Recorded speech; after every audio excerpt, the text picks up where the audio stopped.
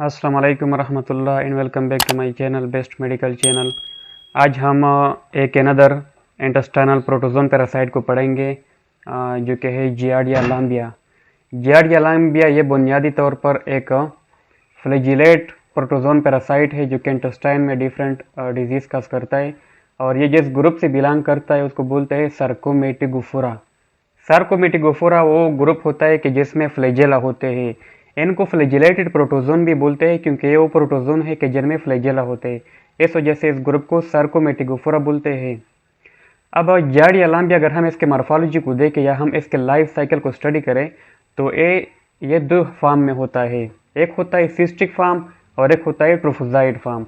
अगर हम उसके ट्रोफोजाइड को देखें तो ट्रोफोजाइड का जो शेप होता है वो पियर नाशपाती की तरह इस तरह होता है, और इसमें दो न्यूक्लियाई होते हैं। उसमें सेंट्रल न्यूक्लियोलस होता है, उसके साथ 4 पेयर ऑफ फ्लैजेला, यानी ये जो है ना ये फ्लैजेला है। इस वजह से इसको फ्लैजिलेटेड प्रोटोजोन बोलते हैं कि इसमें फ्लैजेला होते हैं 4 पेयर, यानी 8 फ्लैजेला होते हैं। पेयर अगर हम बताए तो 4 पेयर, या एमसीक्यूज में आता है 4 पेयर या 8 फ्लैजेला इसमें होते हैं। उसके साथ इसमें 2 सकलिंग डिस्क भी होते हैं।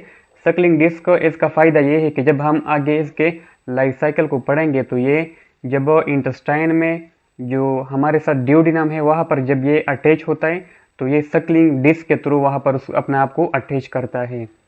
ये तो ट्रोफोजाइट हो गया। अगर हम इसके सिस्ट को देखें तो इसका सिस्ट सर्कुलर होता है, इसमें 4 न्यूक्लियाई होते हैं, उसमें सेंटर में न्यूक्लियोलस होता है, और ये सिस्ट में हार्ड कवर इसके ऊपर होता है, और इसके अलावा इसमें डिफरेंट इंटरनल फाइबर भी आपको देखने को मिलता है। तो ये मॉर्फोलॉजी हो गई।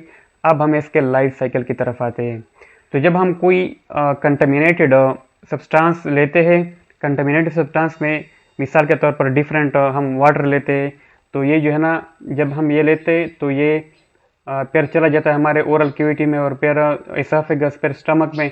जब ये ड्यूडिनम में आता है तो जो हम लेते हैं वो सिस्ट होता है, लेकिन ये जो है ना पैरासिस्ट जो है ना यह पर ड्यूडिनम में इसकी एक्ससिस्टेशन होती है, यानी सिस्ट जो है ना ये ट्रोफोजाइट में कन्वर्ट हो जाता है।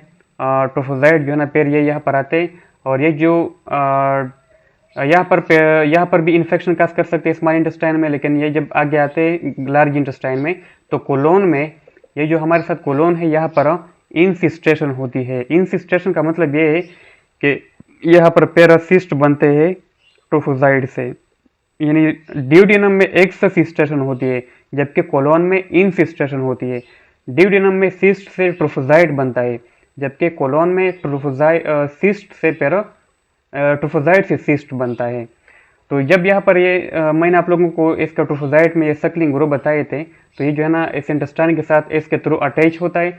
और ये बात अपने जहन में रख लें कि मैंने आप लोगों को एंट अमीबा हिस्टोरिटिका के लेक्चर में बताया था कि उसमें जो इन्वेसिव फॉर्म था उसमें जो इंटेस्टाइनल एपिथेलियल सेल थे ये उसको भी इन्वेट करता था, जो इन्वेसिव फॉर्म था। लेकिन इन केस ऑफ जियार्डिया लाम्बिया यहाँ पर इस तरह नहीं होता, बल्कि ये सिर्फ सकलिंग ग्रुप के थ्रू इसके साथ अटैच होता है, इसका जो ट्रोफोजाइट होता है, और यहाँ पर इसको इन्वेड नहीं करता और न ही ब्लड में जाता है। तो जब यहाँ पर इसको इन्वेड करता है तो ड्यूडिनम में जो है ना ये जो मेन सिम्टम काज करता है या मेन डिजीज वो होता है डिफरेंट माल एब्जर्प्शन काज करता है, यानी जो फैट सॉल्युबल विटामिन होते हैं वो पैरा एब्जर्ब नहीं होते। तो जब वो एब्जर्ब नहीं होते तो उसके नतीजे में पैरा माल एब्जर्प्शन जो डायरिया होता है वो काज होता है, और यहाँ पर आपको स्टीटोरिया भी देखने को मिलता है। ये एमसीक्यूज का पॉइंट है कि यहाँ पर आपको स्टीटोरिया भी, यानी फैटी स्टोल में फैट होंगे, और उसके साथ माल एब्जर्प्शन जो डिफरेंट सिम्टम है फैट सॉल्युबल विटामिन के वो भी आपको देखने को मिलता है। अगर हम इसके क्लिनिकल फाइंडिंग को देखें कि यहाँ पर जो डिजीज का होता है वो किस तरह होती है, तो यहाँ पर नॉन ब्लडी डायरिया होता है, यानी जो जियार्डिया में जो डिजीज का करता है उसको बोलते हैं जियार्डियसिस। तो जियार्डियसिस में क्या होता है, इसमें नॉन ब्लडी डायरिया होता है, और बाज़ औक़ात इसमें स्टीटोरिया भी होता है, यानी इसमें फैट कंटेनिंग भी होता है। तो मोस्टली ये नॉन ब्लडी फाउल स्मेलिंग, इसका जो स्मेल होता है वो गंदा, बहुत गंदा फाउल स्मेल होता है, और उसके साथ साथ बंदे को एनोरेक्सिया भी होता है, नाज़िया भी होता है, फ्लेटुलेंस के सिम्टम भी आते हैं, एब्डोमिनल पेन, लेकिन यहाँ पर कोई फीवर नहीं होता। ये एमसीक्यूज पॉइंट है, यहाँ पर कोई फीवर नहीं होता, और यहाँ पर जो डायरिया होता है उसमें कोई ब्लड नहीं होता। ये MCQs पॉइंट है। कोई ब्लड नहीं होता, कोई फीवर नहीं होता, only foul smelling non bloody diarrhoea होता है और बाज़ औक़ात उसमें स्टीटोरिया भी यहाँ पर होता है। अगर हम इसके, ये तो हमने लाइफ साइकिल पढ़ा, अगर हम इसके लेबॉरेटरी डायग्नोसिस की तरफ आए तो इसको हम किस तरह डायग्नोस करेंगे, तो उसके लिए एक तो ये है कि पहले हम स्टूल एग्जामिनेशन करें। स्टूल एग्जामिनेशन में हम इस तरह करते हैं कि स्टूल को लेते हैं और उसको फिर देखते हैं कि उसमें जो सिस्ट है वो है या नहीं है, उसमें ब्लड भी देखते हैं, उसमें स्टीटोरिया भी देखते हैं। तो पहले हम स्टूल एग्जामिनेशन करते हैं, उसके बाद फिर हम मैक्रोस्कोपिक एग्जामिनेशन करते हैं और फिर आखिर में माइक्रोस्कोपिक एग्जामिनेशन करते हैं। मैक्रोस्कोपिक एग्जामिनेशन के थ्रू हम देखते हैं कि जो स्टूल था, जो सिस्ट थे वो मतलब किस तरह के सिस्ट थे, उसको देखते हैं, उसके शेप वगैरह को। इसके अलावा माइक्रोस्कोपिक में फिर अंडर द माइक्रोस्कोप मुकम्मल सिस्ट के डिटेल को देखते हैं, उसकी न्यूक्लियाई कितने, फ्लैजेला वगैरह सारी डिटेल को अंडर द माइक्रोस्कोप देखते हैं।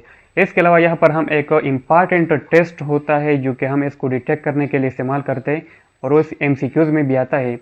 उस टेस्ट को बोलते हैं स्ट्रिंग टेस्ट।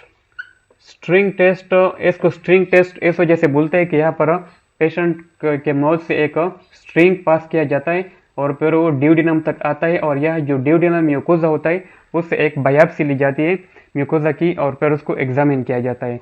तो स्ट्रिंग टेस्ट भी एक इम्पॉर्टेंट डायग्नोस्टिक टेस्ट है। इसके अलावा जो डिफरेंट अदर टेस्ट है उनमें हम बाद में एंटीजन को डिटेक्ट करते हैं, बाद में एंटीबॉडी को, लेकिन यहाँ पर जो है ना एलिसा जो है ना, जो कि एक टेस्ट है एलिसा टेस्ट जिसको बोलते हैं एंजाइम लिंक्ड इम्यूनोसार्बेंट एसे, ये भी जार्डिया एंटीजन को डिटेक्ट करने के लिए, यानी जो स्टोल होता है उसमें डिटेक्ट करने के लिए उसको हम इस्तेमाल करते हैं। अगर हम बाज, और ये भी एक रिसर्च में देखा गया है कि जिन लोगों में इम्यूनोग्लोबुलिन ए की डिफिशियंसी होती है, इम्यूनोग्लोबुलिन ए की, उन लोग में भी जार्डिया लांबिया के इन्फेक्शन ज़्यादा होता है। तो ये भी एक MCQs पॉइंट है। दूसरा MCQs पॉइंट ये है कि जार्डिया लांबिया के जो सिस्ट होते हैं ये क्लोरिनेशन के थ्रू किल नहीं होते, बल्कि ये जो है ना जब आप उसको फिल्ट्रेशन करते हैं तो फिर फिल्ट्रेशन इसको रिमूव करते हैं। और जार्डिया लांबिया एक दूसरा इंपॉर्टेंट पॉइंट ये है कि ये मोर कॉमन है, जार्डियासिस मोर कॉमन है होमोसेक्सुअल, जो होमोसेक्सुअल लोग होते हैं उन लोगों के दरमियान जार्डियासिस का डिजीज़ बहुत कॉमन है एज़ कम्पेयर टू अदर जो हेट्रोसेक्सुअल है। इसको हम किस तरह ट्रीट करेंगे, तो इसके ट्रीटमेंट के लिए हम जो मशहूर ड्रग है उसमें टीनिडाजोल